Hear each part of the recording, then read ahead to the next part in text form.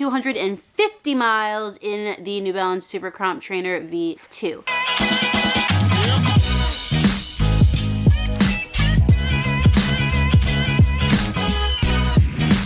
Good morning, YouTube.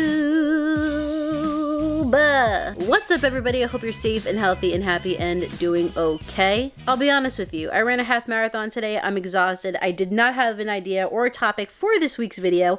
However, I think I might have come up with one. So I'm going to set up the camera down here in my little den area, and we're going to have a conversation about my Supercomp Trainer V2 and how it feels and looks and all that jazz and how I liked it after 250 miles in it. I'm gonna try this angle out today because I feel like it's a little more like personable, and we're gonna chat today about this shoe.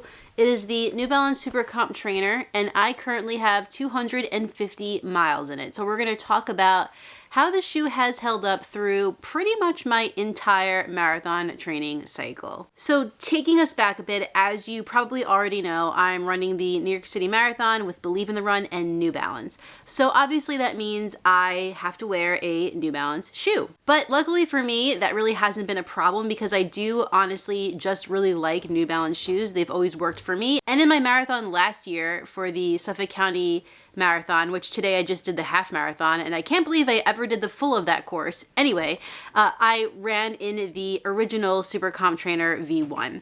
So when they told me that we were going to be doing the majority of our training in the Supercomp V2, I didn't have a problem with that. Before we get into the nitty gritty of it, yes, obviously this shoe was provided to me by New Balance. However, they're not going to see this video before you. They cannot tell me what to say, and all of my opinions about the Supercomp Trainer V2 are my own. Starting with the fact that right out of the gate, I'm gonna be honest, I did like version 1 of this shoe a little bit better. I think that the first version, when I stepped my foot into it for the first time, it was a wow. While it took me maybe a run or two to get used to it, when I did get used to it, I really fell in love with it. So obviously I was very excited to try version 2 when it came out and see if I liked it just as much. It feels like they've watered it down a bit in terms of that crazy feeling that you get from the first version and made it a bit more accessible for different types of runs. And I think that's why I have totally run this shoe into the ground for my marathon training. Quickly, I went from being a little disappointed that it wasn't as wild and crazy of a ride and became kind of grateful that it was a little tamer because it helped me to run in it for all different types of runs. The Supercomp Trainer V2 is great for long, easy runs. It's great for tempo work, and it's great for your just like everyday 5-6 mile runs where you're just kind of cruising along doing your thing. This shoe was my main workhorse all summer long, and it smells like it. So how has the upper held up after 250 miles? It is holding up pretty well. There's really not any fraying of any kind on this shoe. There's no holes, no toes poking out of the front of the shoe, thankfully. And it's been through lots of torrential rain and all kinds of conditions like that, and it never really was an issue for me. I do like this upper a lot better than the previous Supercomp Trainer's upper. It's a little bit looser. So if you were feeling like maybe the Supercomp Trainer V1 was too snug, this is definitely a different feel than that. Almost to the opposite end of the spectrum for me, whereas I need to tighten these laces pretty tight to get a really good fit across the midfoot. Once I do get the fit though, it's totally fine and I don't have any issues with it at all. Don't even think about it during the run. I also felt over the summer that the breathability of this shoe was great.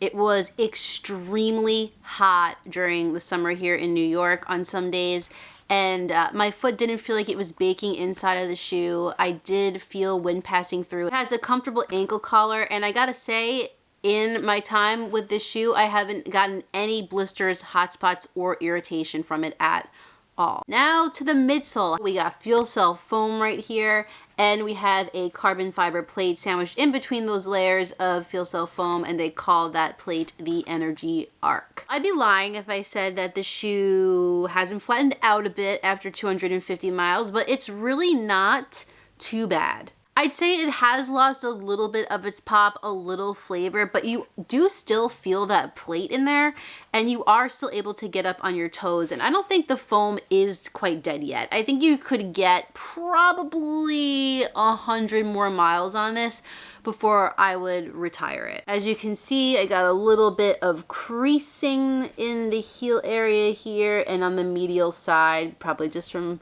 that overpronation. And on the lateral side, we're not looking too shabby, honestly. It's not looking too bad. So yeah, in conclusion, it feels a little flatter, but I would say by no means dead. And I just want to reiterate again, guys, like this is a shoe that you could have for everything. And I think honestly, if you just wanted to have one shoe, you could have the Supercomp Trainer V2 as that shoe. This was the main one and it was great for like every type of run that I did. At easy pace, it was totally fine with that plate. It doesn't get in the way of anything. When you pick up the pace, the plate only helps with the foam. It's bouncy, it's responsive. I really feel like me and this shoe are buddies. But yeah, that's the midsole. I gotta give it to them. This really held up super well. I'd say what suffered most in 250 miles is the outsole of the shoe. And I think that makes sense because it's the thing that's hitting the ground the most. So it is gonna get the most wear. As you can see, if this would focus, I have a lot of smoothing out up here in the forefoot area of this shoe. And we have a lot of smoothing out in the bottom here in this rubber as well. I have taken this shoe in some torrential rain because it has loved to rain every weekend here in New York for whatever reason recently.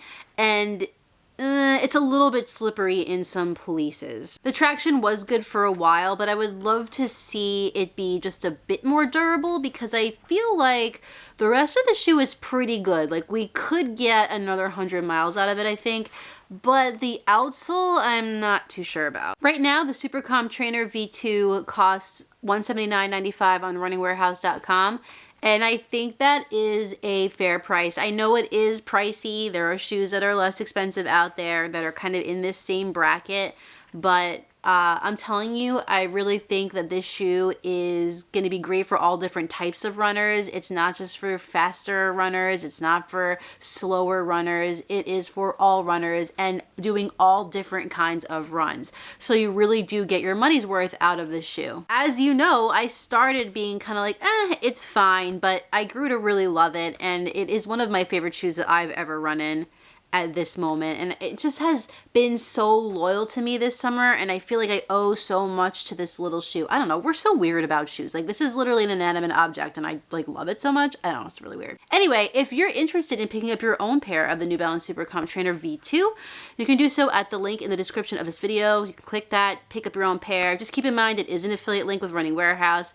Doesn't mean much for you at all. It just helps me and my channel so I can keep making these videos. I'd say if I was gonna rate this shoe out of 5 stars, if this is a full review, it's sort of an informal full review, I'd give this a 4.8. And that's probably the highest rating I've given a shoe on this channel. I'd have to check on that, but I think it is. It's not a 5 because I wish it just had some of that wow factor that its big sibling did.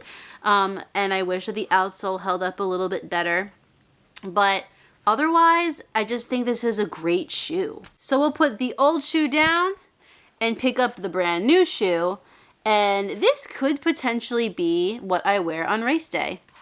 I might just do it. I'm just super grateful to have found a shoe that I like so much, that helped me so much with all of my training. And I guess that's it for this video. We have 2 more weeks until the New York City Marathon. Believe in the Run, New Balance, the Train to NYC crew, we're all doing a shakeout run the day before the marathon at 10 a.m. I'll put the information in the description of this video as well, so you can RSVP if you want to come. We have a lot of other really cool people that are going to be there, so it's going to be a pretty happening time. It might be the shakeout of all shakeouts. And I'll be in my Supercomp trainers.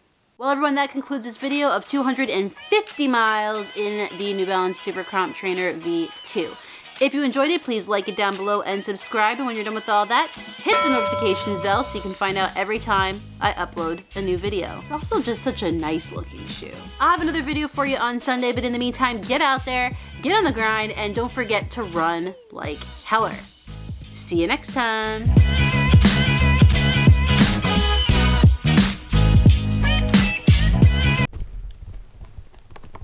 What are you doing? You wanna hang out?